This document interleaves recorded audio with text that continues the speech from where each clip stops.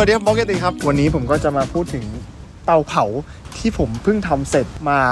ใหม่ๆเลยไม่ถึงอาทิตย์เนี่ยแล้วลองใช้ดู2-3 รอบแล้วผมแบบชอบมากรู้สึกว่าอยากจะเอามาเล่าให้ทุกคนได้รู้จักกับมันคำถามแรกเลยทำไมต้องเผาด้วยวางไว้เฉยๆให้มันย่อยสลายเองไม่ได้เหรอจริงๆผมทำแล้วนะนี่ไงหันไปดูผมก็วางไว้เฉยๆให้มันย่อยสลายเยอะมากๆเลยนะในหลายๆครั้งอ่ะไม่ใช่แค่ผมว่าเกษตรกรหลายๆคนหรือบ้านหลายๆคนอ่ะคือคุณมีชีวมวลหรือขยะครัวเรือนที่มันเยอะกว่าคุณสร้างเยอะกว่าคุณไม่ได้มีที่ดินเยอะขนาดนั้นในการวางของเหล่านี้มันเลยเป็นสาเหตุที่หลายๆคนก็เลือกจะเผาเพื่อลดเวลาในการย่อยสลายของมันใช่ใช่ใช่แต่สำหรับผมนะมันมีสิ่งที่ผมได้มาเพิ่มเติมก็คือขี้เถ้าซึ่งผมเอาไปทำเป็นปุ๋ยด้วยมันก็เลยคุ้มสำหรับผมมากกว่าทำไมต้องมีเตาเผาบนพื้นแบบชาวบ้านเขาไม่ได้เหรอไม่ได้เพราะว่าเผาบนพื้นแบบชาวบ้านนะมันมีควันถ้าเกิดวางไว้สูงๆเผาอะนะครับคือควันมันจะเยอะเพราะว่ามันเผาไม่สมบูรณ์แบบมันเลยควันเยอะ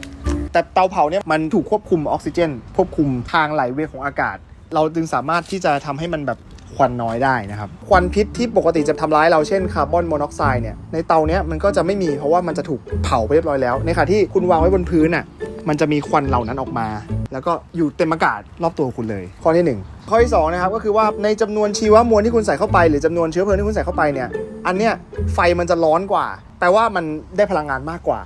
คือคุ้มค่ามากกว่าแล้วเตาเผานี้มันทำงานยังไงไม่ให้ควันมันลอยออกไปสู่อากาศเดี๋ยวจะอธิบายคร่าวๆนะครับมันก็ไม่เป๊ะนะสำหรับใครที่เป๊ะกว่าผมก็มาคอมเมนต์บอกทุกคนด้วยนะครับการเผาไหม้ที่สมบูรณ์นะครับจริงๆแล้วต้องใช้3อย่างด้วยกันก็คือเชื้อเพลิงความร้อนและออกซิเจนใช่ไหมแต่ในหลายๆครั้งเวลาเผาในกองไฟเนี่ยออกซิเจนมันไม่พอมันจึงทำให้เผาไหม้ไม่สมบูรณ์แล้วก็เกิดเป็นควันออกมาไอ้ควันนั้นจริงๆแล้วมันคือเชื้อเพลิงนะเพราะฉะนั้นถ้าเกิดเราสามารถทำยังไงก็ได้ให้ออกซิเจนมันเพิ่มเข้าไปเนี่ยเชื้อเพลิงก็สามารถที่จะเผาได้และไม่เกิดควันเตาเนี้ยก็ใช้หลักการนี้แหละโดยการที่ตัวมันเองเนี่ยมีการออกแบบทำให้ออกซิเจนเนี่ยสามารถเข้าจากด้านล่างและด้านข้างได้มากขึ้นจึงทำให้เตาเนี้ยมันเผาไม่สมบูรณ์แล้วก็ควันหายไปกลายเป็นพลังงานความร้อนนั่นเองครับเตาเผาเนี่ยทำไมต้องสร้างเองแล้วทำไมถึงไม่ซื้อจริงๆผมเคยซื้อแล้วนะถ้าเกิดดูในคลิปก่อนๆมาผมเคยซื้อเตาสีแดงๆมาไม่รู้จำกันได้ไหมมันเป็นเตาที่แบบรูเผามันค่อนข้างเล็กมันทำมาจากถังแก๊สเก่ามีคน DIY มาขายผมก็เลยซื้อใช้แต่ว่าผมเจอว่าถังมันเล็กไปมันเผาไม่สะใจสำหรับพื้นที่ที่ผมมีตอนนี้ก็เลยคิดว่าจะซื้ออันที่ใหญ่ขึ้นก็ไปเสิร์ชราคาแล้วก็เจอว่ามัน 4-5 พันเตาชีวมวลดีๆที่เขาขายกันก็รู้สึกว่ามันแพงแล้วก็บวกกับความที่ว่าผมได้เหล็กฟรีมาจากพี่สาวผมก็เลยคิดว่าเฮ้ยเป็นโอกาสที่ดีที่ผมจะฝึกฝีมือเชื่อมเหล็กของผมแต่นะผมก็ซื้อเครื่องเชื่อมเหล็กมาแล้วก็ไม่ค่อยได้ใช้นี่น่าจะเป็นโปรเจกต์ใหญ่โปรเจกต์แรกที่คุ้มค่ากับการเชื่อมผมก็เลยทำขึ้นมาเองโดยการที่ดูจากรอมาทีเรียลที่ผมก็มีเหล็กกล่องผมก็เลยเอาเหล็กกล่องไปทำเฟรมก่อนแล้วผมก็รู้ว่าเฟรมเนี้ยอากาศมันเข้าได้แน่ๆแต่ว่าอากาศมันก็เข้าด้านข้างได้เยอะเกินเพราะมันมีรูใหญ่ๆตรงนี้ผมก็เลยเอาเหล็กแผ่นเนี่ยมาเชื่อมปิดตรงนี้เพื่อให้อากาศมันเข้าออกไม่ได้แต่พอผมได้กล่องปุ๊บเนี่ยคราวนี้ออกซิเจนมันก็เข้าได้แค่ทางเดียวก็คือทางด้านล่างซึ่งถ้าเกิดผมทำแค่นั้นเตาเนี้ยก็ยังจะมีควันอยู่เหมือนเดิมเพราะว่าด้านบนเนี่ยที่มันมีควันอะไรเยอะแยะเนี่ยควันมันจะเยอะเกินไปออกซิเจนไม่พอทำให้ควันเนี่ยไม่ถูกเผาไหม้อย่างสมบูรณ์เราก็ต้องแก้ปัญหานั้นโดยการที่เราต้อง introduce ออกซิเจนเข้ามาผ่านทางแถวด้านบนเตาเนี่ยผมจะทำยังไงผมก็แค่เจาะรูข้างในเหล็กกล่องเนี่ยเพื่อให้เป็นทางอากาศเข้าพออากาศเข้ามาเต็มเหล็กกล่องนี้แล้วผมต้องมีรูที่จะพ่นออกซิเจนออกมาเจอกับไอ้ควันข้างบนนี้ได้เพื่อให้อากาศที่มีออกซิเจนเนี่ยสามารถที่จะออกมาจากรูนี้แล้วก็มาผสมกับควันที่อยู่บนเนี่ยแล้วก็เผาได้ครับไอ้รูที่พี่บอสจอดเนี่ยมันใกล้ๆกับจะหลุดพ้นจากขอบถังอยู่แล้วมันก็น่าจะมีออกซิเจนของมันเข้ามาอยู่แล้วไม่ใช่เหรอคำถามดีมากเลยคุณคิดว่าออกซิเจนมันจะเข้าจากด้านข้างข้างบนนี้ได้ใช่ปะแต่มันไม่พอถ้าตอบง่ายๆคือมันไม่พอเว้ยแต่พอเรามีรูนี้ปุ๊บด้วยความที่ไฟมันร้อนแล้วไฟมันขึ้นข้างบนมันจะต้องดึงอากาศจากสักที่หนึ่งแต่พอมันมีออกซิเจนจากรูเนี้ยมันจะเผาได้คือคีย์หลักๆในการทำให้การเผาไหม้สมบูรณ์เนี่ยก็คือต้องมีออกซิเจนอัดเข้ามาเยอะๆถูกต้องนี่คือคีย์เลยถ้าผมจะไปซื้อถังออกซิเจนมาต่อกองเตาไฟมันก็ไม่ใช่เรื่องไงผมก็ต้องออกแบบยังไงที่มันสามารถดึงออกซิเจนที่มันมีรอบตัวเราอยู่แล้วเนี่ยมาได้วิธีนี้เป็นวิธีที่ดีมากๆแล้วถ้ามันเป็นวิธีที่ดีมากๆทำไมเขาถึงไม่ทำกันทั่วประเทศทั่วโลกผมว่าทุกคนมีเหตุผลของเขานะเช่นฟาร์มเมอร์หลายๆคนที่เขาเลือกเผาเพราะว่าสำหรับเขามันถูกกว่าการจ้างคนมาตัดอ้อย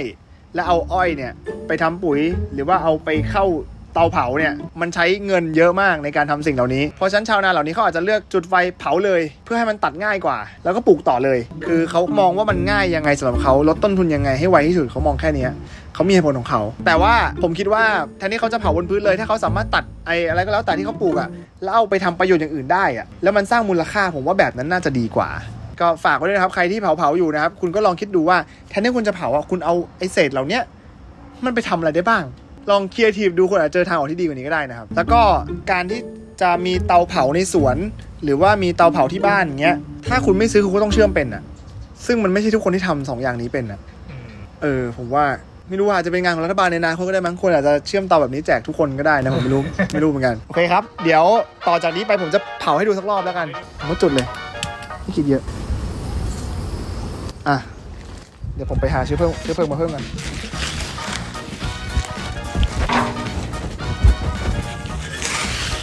นี่เห็นน้อยมาก คือถ้าเกิดเปรียบเทียบกับเผาบนพื้นที่คือคนละเรื่องอ่ะ คือถ้ามันเป็นทรงกลมมันจะทำได้ดีกว่านี้ใช่ไหมทรงกระบอก อาจจะดีกว่านี้นิดนึงอ่ะแต่ว่ามันทำยากกว่าไงสำหรับคนฝึกเชื่อมอ่ะ คืองานงอเหล็กเนี่ยมันยาก ยากคือเตานี้มันมหัศจรรย์มากเลยนะเว้ยสำหรับผมอ่ะ สำหรับคนอื่นอาจจะรู้สึกว่าต้องไงวะพี่เปิ้ลก็แค่เผาไฟเอ้ยที่ตื่นเต้นมากเลยนะ เรื่องใหญ่แล้วเนี่ย คือถ้าเผาบนดินเนี่ยอากาศมันเข้ามาจากข้างล่างไม่ได้ใช่ไหมหลักๆเลย ใช่เดี๋ยวผมเผาแค่นี้แหละแล้วเดี๋ยวเราจะรอให้มันเผาเสร็จซึ่งก็น่าประมาณครึ่งชั่วโมงอยู่นะนานอยู่